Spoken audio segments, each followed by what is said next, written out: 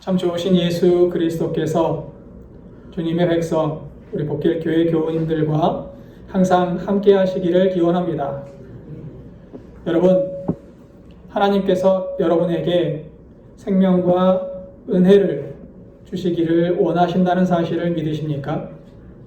하나님은 복길교회 교우님들에게 생명과 복, 은혜 주시기를 원하고 계십니다. 만약 하나님께서 우리를 징계하신다 하여도 여러분이 미워서가 아니라는 사실을 기억하십시오. 그 징계는 우리가 하나님께 돌아와 생명 얻기를 바라시는 안타까운 마음의 징계일 겁니다. 오늘 읽은 에스겔 18장은 이러한 하나님의 마음이 잘 표현된 구절입니다. 에스겔서는 포로가 되어 바벨론에 끌려간 이스라엘 백성에게 주신 하나님의 말씀입니다. 이스라엘 사람들은 예루살렘이 무너지지 않는다고 생각했습니다. 하나님이 지켜주시니 예루살렘의 성전은 무너지지 않을 것이다. 예루살렘 성은 결코 파괴되지 않을 것이다 라고 믿었습니다. 이러한 이스라엘의 기대와는 다르게 성전은 파괴되었고 예루살렘 성은 무너졌습니다. 그리고 이때 이스라엘 백성들은 혼란에 빠졌습니다. 하나님이 이스라엘을 버리셨다고 생각했기 때문입니다. 하나님이 나를 버리셨기에 이런 고난이 오는구나. 하나님이 나를 버리셨기에 나라가 망했구나 라고 생각했던 겁니다. 그러나 이스라엘이 망한 이유는 하나님이 이스라엘을 떠나서가 아니다라고 본문은 분명하게 말합니다. 이스라엘이 망한 이유는 이스라엘의 죄 때문이라는 겁니다. 그리고 하나님은 이렇게 말씀하십니다. 이스라엘이 지금이라도 돌이켜 하나님께 돌아오면 살 것이다 라고 말합니다. 하나님은 이스라엘을 향해 말씀하십니다. 아직 끝나지 않았다. 지금이라도 돌아와라. 지금이라도 돌아오면 생명을 얻을 것이고 은혜를 누릴 것이다 라고 말입니다. 오늘 말씀 21절과 22절을 보겠습니다. 그러나 악인이 만일 그가 행한 모든 죄에서 돌이켜 떠나 내 모든 율례를 지키고 정의와 공의를 행하면 반드시 살고 죽지 아니할 것이라. 그 범죄한 것이 하나도 기억함이 되지 아니하리니 그가 행한 공의로 살리라. 과거에 악인이었다고 해도 지금 악에서 돌이켜 정의와 공의를 행한다면 하나님은 그 사람을 살리시겠다고 말씀하십니다. 여기서 중요한 것은 지금 행해야 한다는 겁니다. 과거가 중요한 것이 아니라 현재가 중요하다는 거지요. 이스라엘은 과거에 악인이었습니다. 하나님을 배신했고 우상을 섬겼습니다. 그 결과 나라가 망했고 타국의 포로로 끌려갔습니다. 그럼에도 이스라엘이 지금 하나님께 돌아오면, 지금 하나님의 율례와 규례를 지키면, 지금 하나님의 백성으로 거듭나면 하나님은 이스라엘을 다시 살리신다고 말씀하십니다. 22절에서 범죄한다라고 번역된 히브리어는 페샤라고 합니다. 이 단어는 단순한 도둑질이나 사기 같은 죄를 가리키지 않습니다. 페샤는 사람이 하나님께 대해서 언약을 파기했다라는 뜻이에요. 이스라엘과 하나님께서 맺은 언약이 뭡니까? 하나님은 이스라엘의 하나님이 되고 이스라엘은 하나님의 백성이 되는 것. 이것이 하나님과 이스라엘이 맺은 계약이었습니다. 이 계약에도 불구하고 이스라엘은 일방적으로 이 계약을 파기했고 하나님을 떠났던 겁니다. 이스라엘의 일방적인 계약 파기는 하나님 앞에서 엄청난 죄가 되었고 하나님을 버린 배신자가 되었습니다. 그럼에도 불구하고 이스라엘의 이런 일방적인 계약 파기에도 불구하고 하나님은 다시 이스라엘을 부르십니다. 돌이켜 회개하면 너희를 살려주겠다. 22절을 이어서 읽겠습니다. 주 여호와의 말씀이니라. 내가 어찌 악인이 죽는 것을 조금인들 기뻐하랴. 그가 돌이켜 그 길에서 떠나 사는 것을 어찌 기뻐하지 아니하겠느냐. 조금인들 기뻐하랴 라는 말은 나는 조금도 기뻐하지 않는다 라는 뜻입니다. 강조하고 있는 거예요. 하나님은 악인이 죽는 것을 조금도 기뻐하지 않으신답니다. 물론 하나님은 심판하시는 하나님이십니다. 악인을 심판하시고 죄에 대해서 벌을 내리십니다. 그럼에도 하나님은 심판 자체를 즐기시는 분은 아니라는 겁니다. 하나님께서 기뻐하시는 일은 단 하나입니다. 하나님의 백성이 돌이켜 생명을 얻는 것. 하나님은 이 하나를 즐거워하시고 이 하나를 기뻐하시는 분이십니다. 신명기 30장 15절과 16절에서 하나님은 이렇게 말씀하십니다. 보라, 내가 오늘 생명과 복과 사망과 화를 내 앞에 두었나니 곧 내가 오늘 네게 명령하여 내 하나님 여호와를 사랑하고 그 모든 길로 행하며 그의 명령과 규례와 법도를 지키라 하는 것이라. 그리하면 내가 생존하여 번성할 것이요 또 내 하나님 여호와께서 내가 가서 차지할 땅에서 내게 복을 주실 것임이니라. 하나님께서 우리 앞에 생명과 복 그리고 사망과 화를 두셨답니다. 하나님께서 이렇게 생명과 복, 사망과 화를 두신 이유는 하나님의 백성이 생명과 복을 선택하기 원하시기 때문이라고 말씀하고 계십니다. 하나님은 하나님의 백성이 복받기를 원하시는 분이십니다. 또 하나님은 우리가 복을 받고 생명의 길로 나아가기를 원하고 계십니다. 하나님은 또한 우리가 복을 받고 생명의 길로 나아가는 방법을 분명하게 말씀해 주셨습니다. 그게 뭡니까? 하나님 앞으로 나아가면 됩니다. 하나님 앞으로 나아가면 생명과 복을 누릴 수 있습니다. 복길교회 교우 여러분, 주님께 나아오십시오. 주님께서 여러분에게 복과 은혜를 더하실 줄 믿습니다. 주님께서 여러분들에게 생명과 평강을 충만하게 부어주실 줄 믿습니다. 그러나 이 반대의 경우도 있습니다. 24절입니다.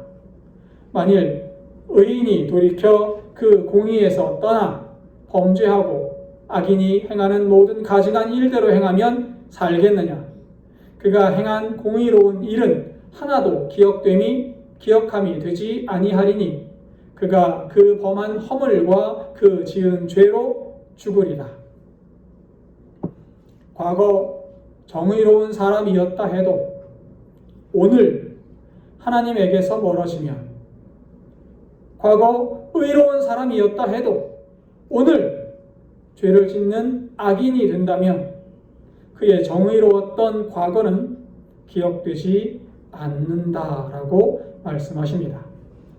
이 말씀은 의로운 삶, 하나님을 믿는 삶은 어느 한순간 한 행동으로 만족되어지는 것이 아니라는 사실을 말해줍니다. 신앙은 한 번의 선택이 아닙니다. 신앙은 평생 계속되어지는 삶이어야만 합니다. 그래서 신앙의 선배들은 신앙의 길을 순례라고 표현하고 있습니다. 하나님을 믿고 하나님께 나아가는 길은 언제나 과정일 수밖에 없다는 겁니다. 하나님 나라에 들어갈 때까지 우리는 그 과정을 끝까지 걸어야만 합니다. 그 과정은 결코 끝나지 않을 겁니다. 오늘도 우리는 하나님을 바라보는 선택을 해야만 합니다. 또 내일도 우리는 하나님께 순종하는 선택을 해야만 합니다. 매일 나를 돌아보고 매일 내가 하나님의 사람으로 살고 있는지를 점검해야만 하는 겁니다. 과거에 잘했다고 안심할 수 없습니다. 오늘 하나님을 떠나면 오늘 나는 무너지고 맙니다. 이 사실을 이해하지 못했던 이스라엘은 하나님 앞에서 불평을 늘어놓습니다. 25절입니다. 그런데 너희는 이르기를 주의 길이 공평하지 아니하다 하는도다. 이스라엘 족속아 들을지어다. 내 길이 어찌 공평하지 아니하냐? 너희 길이 공평하지 아니한 것이 아니냐? 이스라엘은 이야기합니다. 왜 우리만 고난을 겪어야 합니까? 왜 나만 이런 환난을 겪어야 합니까? 이스라엘은 자신의 지금을 불평하면서 하나님의 공평하심을 의심하고 있습니다. 하나님은 이 불평을 들으시고 이렇게 말씀하십니다. 공평하지 않았던 것은 하나님이 아니라 이스라엘 너희들이었다라고 말입니다. 하나님과의 언약을 파기하고 원칙 없이 불의를 행한 것은 바로 이스라엘 때문이었습니다. 문제는 하나님이 아니었던 거지요. 문제는 하나님을 멀리했던 사람의 선택과 하나님의 뜻을 외면했던 이스라엘의 삶이었던 겁니다. 26절도 읽어볼까요? 만일 의인이 그 공의를 떠나 죄악을 행하고 그로 말미암아 죽으면 그 행한 죄악으로 말미암아 죽는 것이요. 이스라엘은 하나님의 백성이었습니다. 그러나 그들이 하나님을 떠났을 때 그들은 스스로 죽음의 길로 걸어 들어갔던 겁니다. 하나님은 이스라엘을 생명의 길로 이끄시기를 원했지만 이스라엘은 하나님과의 계약을 파기함으로 말미암아 스스로 죄악의 길로 한 걸음 한 걸음 가깝게 나아가고 있었던 겁니다. 반면 하나님과 상관이 없는 삶을 살던 사람이라 할지라도 하나님께 돌아오고 하나님께 순종하면 그는 생명을 얻어서 영원히 보존될 겁니다. 27절입니다. 만일 악인이 그 행한 악을 떠나 정의와 공의를 행하면 그 영혼을 보존하리라. 그 영혼을 보존하리라. 이 말은 단순히 우리의 영혼이 유지된다는 말이 아닙니다. 죽음에서 생명으로 옮겨진다는 뜻입니다. 영혼을 보존하리라 라고 번역된 히브리어는 et nafsho yeha이라고 합니다. 영혼이라고 번역된 히브리어가 nafsho라고 하는데요. 원래의 뜻은 숨이라는 뜻이에요. 우리가 날마다 쉬고 있는 이 숨, 들숨 날숨 할 때의 이 숨이 nafsho라고 합니다. 한순간에 숨을 쉬지 않으면 우리가 죽는 것과 같이 사람에게서 영혼이 떠나면 그 사람은 죽는 것과 마찬가지가 되는 겁니다. 그래서 오늘 본문은 영혼이라고 번역한 거예요. 창세기에서는 이 나프셔를 생명이라고 번역했습니다. 또 보존한다라고 번역된 이 하예는 살아난다, 부활한다라는 뜻을 가지고 있습니다. 그러니까 영혼이 보존된다라는 말은 생명이 살아난다라는 말이에요. 악인이 하나님께 돌아와서 정의와 공의를 행하면 죽었던 생명이 다시 살아나게 된다라고 말씀하시는 겁니다. 악인이 하나님을 믿어 하나님의 뜻을 행하면 죽었던 사람이 생명을 얻어서 살아난다라고 하나님께서 말씀하고 계십니다. 그렇다면 하나님의 사람이 행해야 하는 정의와 공의가 뭐지요? 우리가 무엇을 실천해야 우리가 살아날 수 있습니까? 28절을 읽겠습니다. 그가 스스로 헤아리고 그 행한 모든 죄악에서 돌이켜 떠났으니 반드시 살고 죽지 아니하리라. 돌이켜 떠났다라고 번역된 히브리어는 슈브라고 합니다. 가던 길에서 방향을 돌려 돌아선다라는 뜻이에요. 슈브는 회개를 의미하는 단어로 사용되어집니다. 그러니까 죄에 빠져 살던 사람들이 회개하고 하나님께 돌아오면 그 사람은 반드시 산다라는 라고 말씀하시는 겁니다. 회개하고 하나님께 돌아온 사람은 반드시 영원한 생명을 얻게 될 겁니다. 회개하고 하나님께 돌아온 사람은 절대 죽지 않고 하나님의 백성으로 영광된 삶을 누리게 될 겁니다. 여기에서 중요한 것이 회개라는 거예요. 지금 내가 가는 길에서 돌이켜 하나님을 찾는 것, 세상을 바라보며 살던 삶에서 시선을 거두어서 하나님을 바라보며 하나님께 나를 의탁하는 삶을 사는 것, 그것을 회개라고 합니다. 이러한 회개를 본문은 정의와 공의라고 말하고 있는 겁니다. 하나님께서 말씀하시는 정의와 공의는 대단한 업적을 말하지 않습니다. 하나님께 돌아와 무릎 꿇고 하나님을 경배하는 삶, 하나님께 나아와 하나님을 경배하며 하나님께 예배하는 삶, 하나님의 말씀에 순종하고 하나님의 말씀을 삶으로 실천하는 사람, 그 사람을 회개한 사람, 신앙인, 하나님의 백성이라고 말하는 겁니다.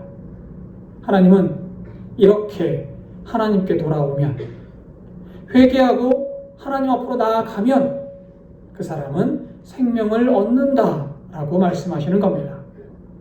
회개를 통해 생명 주시기를 원하시지만 이스라엘은 또다시 하나님 앞에 불평을 쏟아냅니다. 29절입니다.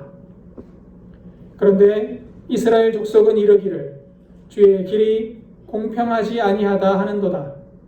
이스라엘 족속아, 나의 길이 어찌 공평하지 아니하냐? 너희 길이 공평하지 아니한 것 아니냐? 이스라엘은 왜 나를 고난에 빠지게 하시느냐고, 왜 나만 타인보다 못한 삶을 살게 하시느냐고 하나님을 원망하고 불평하고 있습니다. 하나님이 공평하지 않으시다라고 말하는 겁니다. 이어서 30절입니다. 주 여호와의 말씀이니라. 이스라엘 족속아, 내가 너희 각 사람이 행한 대로 심판할지라. 너희는 돌이켜 회개하고 모든 죄에서 떠날지어다. 그리한즉 그것이 너희에게 죄악의 걸림돌이 되지 아니하리라. 교우 여러분, 때로 나에게 허락된 고난은 하나님께서 부르시는 간절한 음성임을 기억하시기 바랍니다. 하나님은 하나님을 떠난 백성들을 부르시면서 말씀하십니다. 죄에서 떠나 나에게 오면 살 것이다.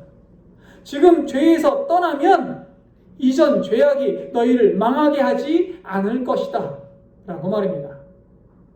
하나님께서 원하시는 것은 우리가 죄에서 돌이켜 하나님을 찾고 하나님께서 주시는 생명과 복을 받아 누리는 겁니다. 하나님은 우리가 하나님을 찾으면, 우리가 하나님을 믿으면 이전 죄악이 우리를 망하게 하지 않겠다라고 선언하고 계십니다. 30절에서 회개한다라고 번역된 히브리어 역시 슈보입니다. 가던 길에서 돌아서서 뒤돌아가는 것.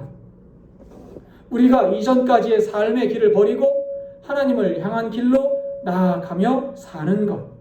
그것이 슈보입니다. 세상의 삶을 버리고 하나님께서 말씀하신 삶, 하나님을 섬기고 하나님을 믿는 삶으로 변화되어지면, 우리가 우리의 삶을 바꾸어 회개하면 생명과 복을 우리에게 충만히 허락하시겠다고 말씀하고 계신 겁니다. 하나님은 우리에게 분명하게 말씀하십니다. 돌이켜 회개하면 살 것이다. 31절도 읽겠습니다. 너희는 너희가 범한 모든 죄악을 버리고 마음과 영을 새롭게 할지어다. 이스라엘 족속아, 너희가 어찌하여 죽고자 하느냐. 하나님은 죄의 삶을 버리고 새로운 마음과 영으로 살라고 말씀하십니다. 시기하고 질투하는 모습에서 돌이켜 사랑하고 감싸는 삶으로 돌아가라고 말씀하고 계십니다. 판단하고 정죄하는 삶에서 돌이켜 타인을 품고 존중하는 삶으로 돌아가라고 말씀하십니다. 자기 기준으로 살던 삶에서 돌이켜 하나님 기준으로 사는 사람으로 변하라고 말씀하시는 겁니다. 복길교회 교우 여러분, 이전까지 우리의 삶은 죽음의 길이었습니다.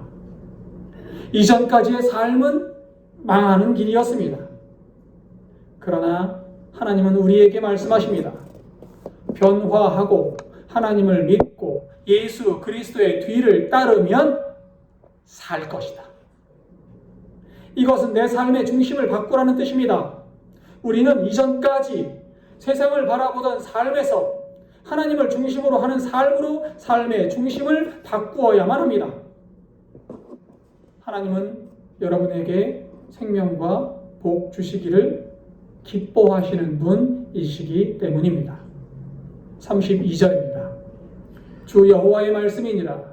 죽을 자가 죽는 것도 내가 기뻐하지 아니하노니 너희는 스스로 돌이켜 살지니라.